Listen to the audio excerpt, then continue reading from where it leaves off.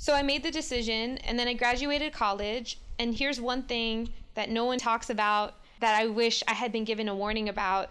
When you graduate college, sometimes you're drained from like those 13 years of schooling plus preschool. I was in a, not clinically, but I was in a depression. I was in a funk. I watched Lifetime that whole summer. I watched Grey's Anatomy and one other show. I went through the whole series up to that date.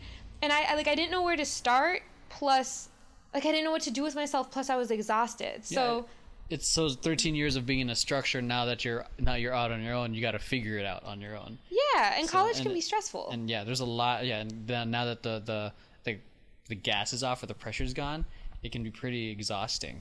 So, and I think that's one thing that should be okay for a lot of people. That when you're tired, like when you after especially taking on a whole lot of work, especially with what you were doing, it makes sense that there has to be a rest period before going back. And I think, especially now, because the whole social media, everyone is presenting that they've made it. I feel like there's a lot more pressure to quote unquote make it.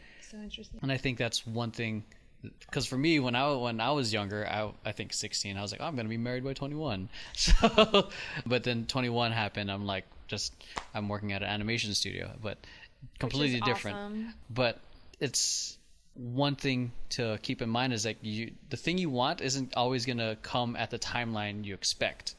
Because it's one of my favorite lessons that I got from my teacher was like, however long you think it's going to take, triple that. Because life will reward you, quote unquote, when it sees fit, not when you see fit. Yes. And are you willing to put in those years without the returns? And so with dancing at the same time, and I don't know exactly what the ratio of lifetime versus like taking class was, but I was going to the studios, I was taking dance class, I was going